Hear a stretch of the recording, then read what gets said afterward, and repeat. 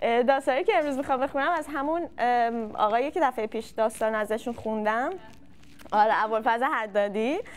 بعد داستانی که دفعه پیش خوندیم کلاس 4 ابتداییش بود، الان این دفعه کلاس 3 ابتداییه، یعنی یه سال عقب‌تر.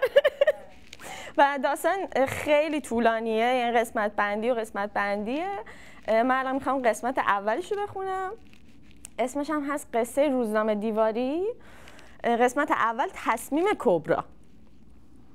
سوم دبستان یه روز من و دو تا بغل دستیام یهو وسط کلاس زدیم زیر گریه. میز اول میشستیم. معلممون همینجوری به ما نگاه میکرد و هی میپرسید چی شده؟ ما هم ارعر و اشک روان و دماغ آویزون در هم و با هم یه چیزایی میگفتیم که مفهوم نبود. بچه‌ها گفتن خانم تقصیر پشت سریشونه، هی این شعر رو میخونه این 3 تا بعدشون میاد. معلم پرسید گفت چه شعری؟ بعد همه شروع کردن و با همون شعر رو خوندن و ما هم گریه‌مون اوج گرفت. اما برای اینکه بگم این شعر چی بود و دلیل گریه ما چی بود باید 2 هفته برم عقب‌تر. یه روز بغل دستیمو توی مسیر رفتن به مدرسه دیدم. واسه هم دست تکون دادیم و با هم رفتیم مدرسه. تورا گفت حد دادی؟ منم گفتم چیه؟ رادمرد. فامیلیش رادمرد بود چون. گفت حد دادی مسابقه روزنامه دیواری گذاشتم، بیا ما هم شرکت کنیم. منم گفتم رادمرد. باش. بعدم دستمون انداختیم گردن هم و رفتیم مدرسه. زنگ تفریح اول اومد سمتم و گفت بیا واسه روزنامه دیواری یه کاری بکنیم. منم گفتم ببین رادمرد، من الان دارم گرگم به هوا بازی میکنم. زنگ بعد توالتای مدرسه 2 تا پله میخورد میرفت بالا، اونجا میشد هوا. تیم رقیبم میشد گرگ. ما تو تیم گوسفندا بودیم که علیرغم اینکه اثری ازشون توی اسم بازی نیست، اما همه فان ماجرا مال اوناست. گرگا در تعقیب گوسفندا و گوسفندا در فرار از گرگ‌ها.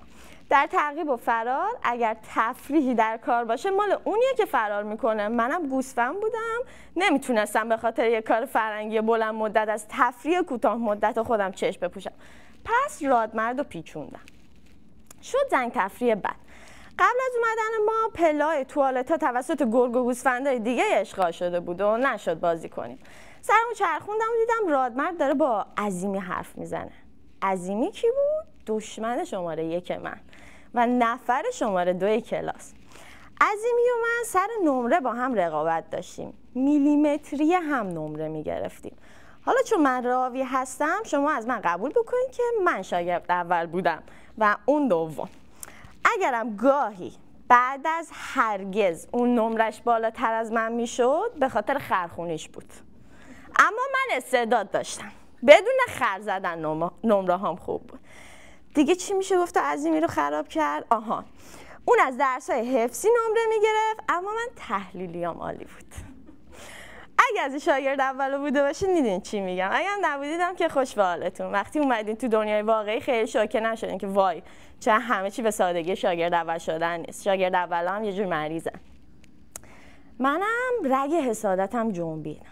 رادمرد رو در اندازه همکاریم نمیدیدم، اما وقتی دیدم آلترناتیو من شده عظیمی ریختم به هم.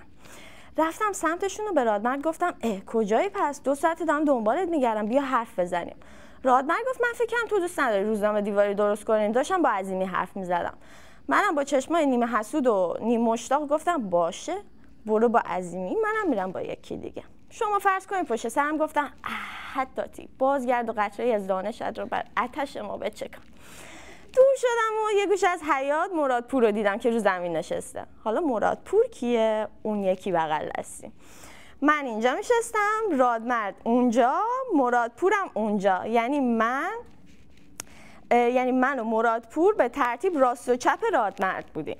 به مرادپور گفتم مرادپور میخوای روزنامه دیواری بسازیم؟ مرادپور از جا پرید، مشمای لقمه‌شو گذاشت تو جیبش و با اون یکی دستش هم کونشو تکوند و گفت آره مقواشم با من، بابام از شرکت میاره. واسه خواهرم چند روز پیش آورد. گفتم قرار بود با رادمرد کار کنم اما اون نامرد رفت با عظیمی. مرادپور با نگاه دنبال رادمرد گشت و پیدا کرد و پشتش نازک کرد. قطعا اگه انگلیسی بلد بود تو اون لحظه میگفت you son of a god.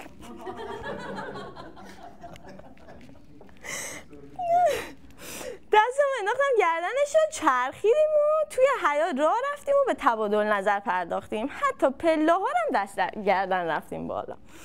بالا که رسیدیم و نشستیم شروع کردیم روی تکه‌های کاغذ برای همدیگه هی پیغام میفرستادیم. رادمردم نشسته بین ما، عملیات تحریک کنجکاویش با موفقیت پیش میرفت. من و مرادپور داریم روی کاغذ به هم پیغام میدیم و ایده هامون رو رد و بدل میکنیم. مثلا اون مینوشت نقاشی، من مینوشتم عکس. اون میگفت چیستان، منم میگفتم جدول.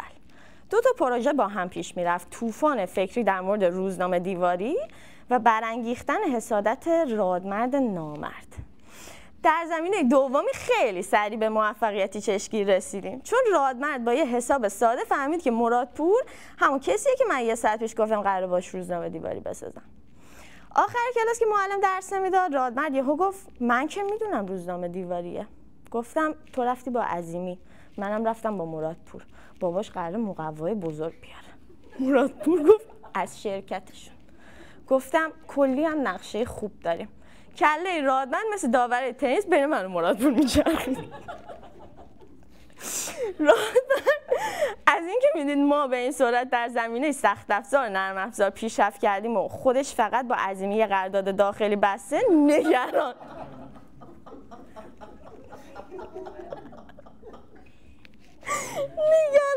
حسود و دودل شد. آخرش بهش گفتم تو هم اگه بخوای میتونی تو تیم ما باشی، اما گفت عظیمی رو بیاریم. ادامه دادم باید از عظیمی جدا بشی.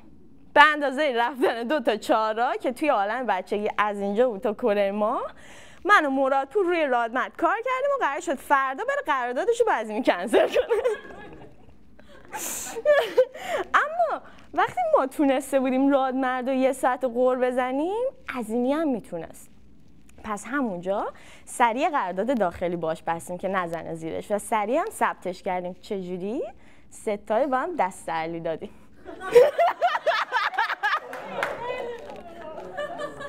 دست علی یار علی، اگه بری با عظیمی دشمن خونخوار علی.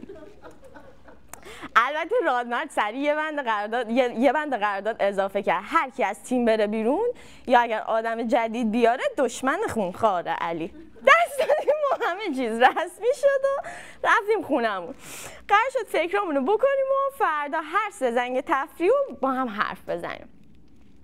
فرداش لحظه آخری که در ورودی مدرسه رو میبندن رسیدیم به مدرسه. نفرات بعد از من دستگیر شدن و رفتن تو گروه تحقیقیا.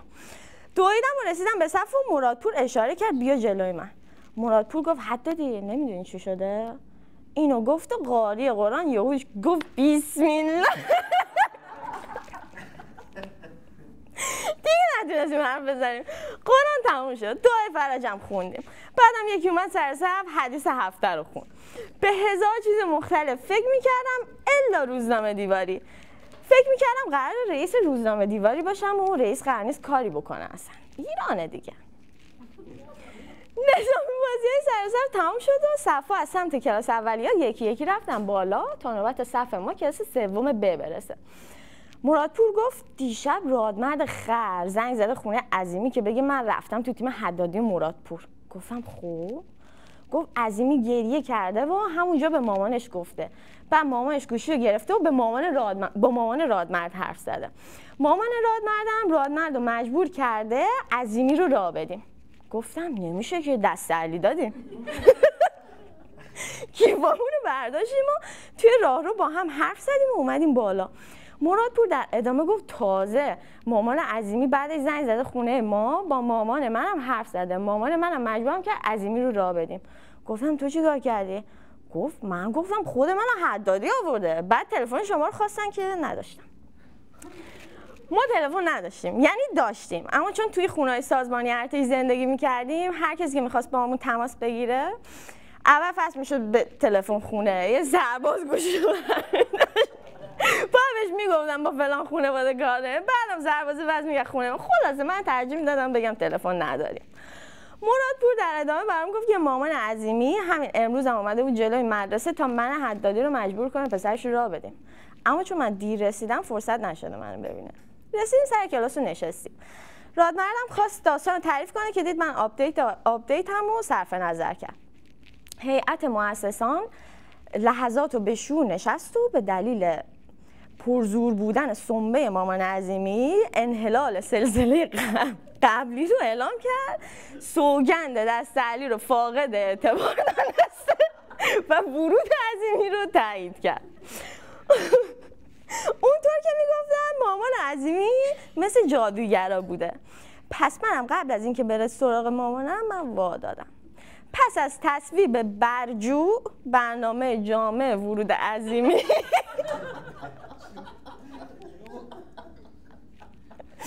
رادمرد رو کرد به عظیمی و گفت حل شد، تو هم با مایی. عظیمی هم که تو تمیز عقب‌تر از ما نشسته بود گل از گلش شکفت. آقای آویزون بچه خرخوی بچه ننه. زنگ تفریح اول شد. مدرسه‌مون یه محوطه پیلوت زیر ساختمونش داشت. یه فضای مسقف که به اندازه یه پله از محوطه باز حیاط بالاتر بود. من نشستم روی همون پله. مرادپور و عظیمی هم کنارم. رادمرد ایستاد جلومون. روی زمین نمیشست تا خاکی نشه. کلا آدم مربعی بود. خیلی مؤدب و رسمی و گوشه دار. هر شوخی و اینا هم نبود. من یه کاغذ خودکار دستم بود. کاغذی که از وسط دفترم کنده بودم چرخوندم و گفتم فرض کنید این روزنامه دیواریه. من گفتم دورش رو یه نوار باریک اکلیل میریزین تا برقم داشته باشه. تر به کمیسیون رفت و تایید شد. عظیمی گفت اون بالا اون وسط اسم گروهمون رو بزنیم. اسم؟ من فکرشم نکرده بودم. مرادپور گفت من فکر کردم قبل از اینکه این اشاره به عظیمی این بیاد میشد با اون فامیلیامون بگیم حرم. حدادی، رادمرد، مرادپور. حالا با این عینه چیکار کنیم؟ تا اینو گفت عظیمی زارت گفت میذاریم حرم عظیم. منم سریع گفتم 1 2 3 7 تا حرفه. اون وقت 1 2 3 4 تاش اسم تو. عظیمی براق شد که جواب بده، اما قبل از اینکه نفس بگیره رادمرد گفت بچه‌ها ما از کلاس سوم ب هستیم، مثل تیم ملی که اس نداره مثل استقلالی نا، میذاریم سوم ب. آره ایدش پسندمون اومد. تصویب. زنگ ترفیع تمام شده ما برگشتیم بالا. وسطای زنگ بود که پشت سریم همون که گفتم اول داستان باعث شد ما گریه کنیم زد روی شونم و گفت حدادی حق ندارید اسم روزنامه‌تون رو بذارید سوم ب، ما میخوایم روزنامه بدیم. موندم که این از کجا میدونه. فوکوس نگاهم ازش برداشتم و در پس زمینه عظیمی رو دیدم که پشت سرش بچه خرخونه بچه ننه دلق. یه زر نزن بابا خرج پشت سریم کردم و رو کردم به رادمرد. گفتم ببین واسه همین نمیخواستم بیاد، رفته همه جا رو پر کرده. مرادپورم به گوشه کلاس خیره شد و سری تکون داد و مثل مردای بازنشسته گفت ای بابا. مرادپور 10 سالش بود اما اندازه مرد 40 ساله که هم دوراش پیشرفت کردن خودش هیچی نشد حضرت خورد. رادمردم گفت من باهاش حرف میزنم. آخر کلاس که در اختیار خودمون بودیم رادمرد 2 تا میز رفت عقب و جاشو با بغل‌دستی عظیمی عوض کرد و در گوش عظیمی یه چیزایی گفت. بعدم با هم دست دادن و رادمرد اومد سر جاشو بلافاصله آروم گفت تسلی دادیم به کسی چیزی نگه. ما خیالم راحت شده تسلی بود دیگه. زنگ تفریح بعد ایده های قبل رو ریختیم روی هم و قرارمون شد این: مرادپور اکلیل و مقوا و عکس جالب، رادمرد نقاشی، عظیمی دهن‌لق مطالب علمی، من جدول کلمات متقاطع و شعر، اسم روزنامه سوم ب. در انتهای جلسه دکتر رادمرد فرمودن که بچه‌ها یه هفته بیشتر وقت نداریم. فرداش که اومدیم من یه جدول از کیهان بچه‌ها بریده بودم با شعر از عباس یمینی شریف راجع به آسیاب آبی.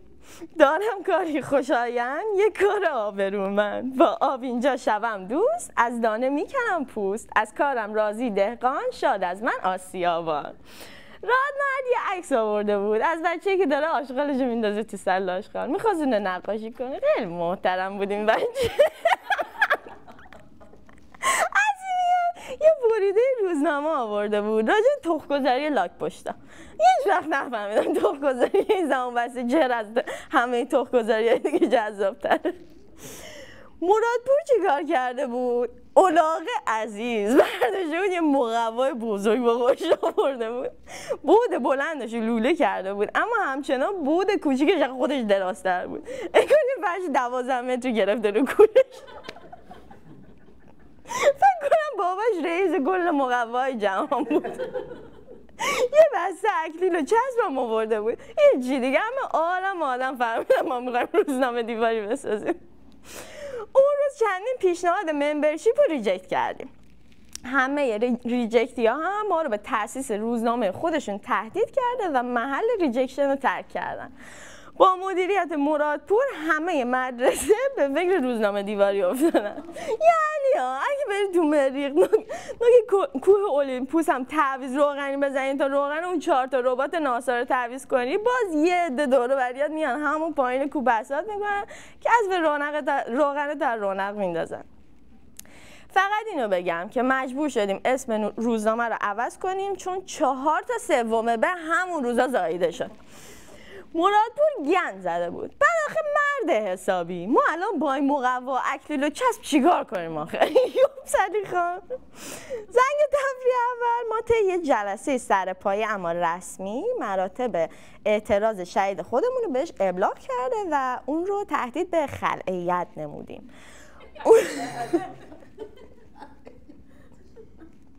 اونم ضمن ابراز ندامت قول داد که دیگه تکرار نشه. جمع‌بندی جلسه این بود که با توجه به کمین سایر رقبا و حضور فعال جاسوسان در منطقه و موقعیت فوق استراتژیک و سوق الجیشی ما، میزای اول و سوم در ردیف وسط، بهتر مباحث مرتبط با روزنامه دیواری در جای خارج از مدرسه پیگیری بشه.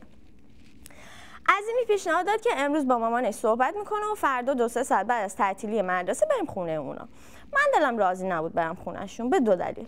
اول اینکه چون ما توی خونه‌های سازمانی بودیم، خروج از اونجا برای من بچه سال سخت بود. بعد مادرم میومد و ردم میکرد، وگرنه اون سربازا اجازه نمیدادن برم بیرون. قانون عجیبی هم بود، چون در طول روز رو با لباس مدرسه میذاشتن تنها بریم بیرون. دلیل دوم، مامان عظیمی.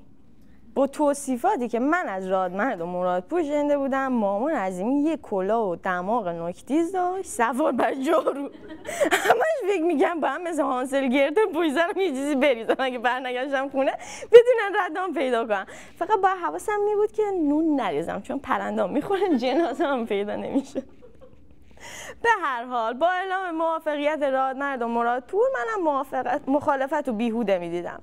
قرار شد فردا عظیمی محل و موقعیت جلسه رو اطلاع بده. حالا که 3 تا بودیم شاید جادوگره جای من یکی از اون 2 تا رو بخوره. شد فردا شد عظیمی هم بعد از تعطیلی مدرسه مرتدم در خونهشون برد و بعد گفت حالا برید خونه هاتون و 2 ساعت دیگه اینجا باشید. ما بعد از ظهری بودیم و مثلا قرار بود ساعت 7 عصر بریم خونه عظیمی اینا. وقتی دور می شدیم مرادپور مثل اینایی که از همه اقوام توقع دارن تا بیان ضامن وامشون بشن گفت ترسید بریم بالا مجبور شه خوراکی بده بهمون. رادمردم گفت مرادپور این حرفا بی‌ادبیه. و من مطمئن بودم که این مکالمه رو تا سالها یادم خواهد بود. من رفتم خونه دستورمو شستم و یه نوع لواشو باز کردم و از وسط مثل برگای وسط دفتر تا کردم. کنار محل تا که قوس برداشته بود به عرض 2 سانتیمتر پنیر مالیدم. کنار اون خط باریک پنیرم یه خط مربا ریختم و نونو لوله کردم. نشستم جلوی تلویزیون و نون لوله رو خوردم. لقمه‌ای که خوردم شروع کردم مشقای فردامو بنویسم. دفتر رو که باز کردم و 2 تا خط که نوشتم احساسی هم سنگین شدم. انگار زیر آوار موندم. دیدی وقتی دور و برمون خیلی ساکته، انگار سکوت از حدی که بیشتر میشه گوشامو شروع میکنه به سود کشیدن، همونجوری گوشم سود میکشید. سرم آوردم بالا و دیدم همه اهل خونه ایستادن دارن نگاه میکنن. نگاه اهل خونه سنگینی میکرد. فضا انقدر غلیظ و سنگین بود که میشد با چاقو بریدش. زمان ایستاده بود به تماشای محتویاتش. حتی مجری تلویزیون هم حرف نمیزد، داشت من نگاه میکرد. گفتم چی شده؟ مادرم در اومد که چیزی شده؟ گفتم نه. بابام گفت تو مدرسه اتفاقی افتاده امروز؟ گفتم نه. داداشم گفت کلت جای خورده؟ سرم مالوندم گفتم نه. خواهرم گفت ابوالفضل دیگه؟ گفتم چی شده مگه؟ مامانم گفت داری مشق می‌نویسی آخه؟ تازه فهمیدم من تا کارت به استخون و کار دلم به جان نمیرسید مشق نمینوشتم. دفتر کتابم همیشه جلوی تلویزیون باز بوده تا یه رو قبل از ترک خونه به قصد مدرسه هیچی نمینوشتم. حالا دارم مثل یک انسان روز قبل از مدرسه مشق می‌نویسم. خودم هم تعجب کردم، مداد از دستم افتاد، مثل کسی که با چاقو قطع کرده و بعدش چاقو رو میندازه زمین. این من بودم؟ بله. اهداف بزرگ تنبلی‌های کوچک رو از من میبرد. منم روزنامه دیواری داشتم و مشق مانعم بود. ناخودآگاه داشتم مینوشتم تا به اون کارم برسم. گفتم باید برم خونه دوستم روزنامه دیواری درست کنیم، وقت مشق نوشتن ندارم بعدن. داداشم گفت ایشالله همیشه روزنامه دیواری داشته باشید. با حرص گفت، چون گاهی به خاطر زیادی مشق و وقت کم میزدم زیر گریه و نصف مشقمو این برام مینوشت. ساعتی بعد مادرم اومد و من از ورودی سازمان عبور داد و خودش برگشت. منم رفتم خونه جادوگری که ندیده بودمش تا با پسرش بشینیم و روزنامه دیواری بسازیم. همچنان نگران بودم مبادا منو بندازه توی تنور. ادامهش بعدنه.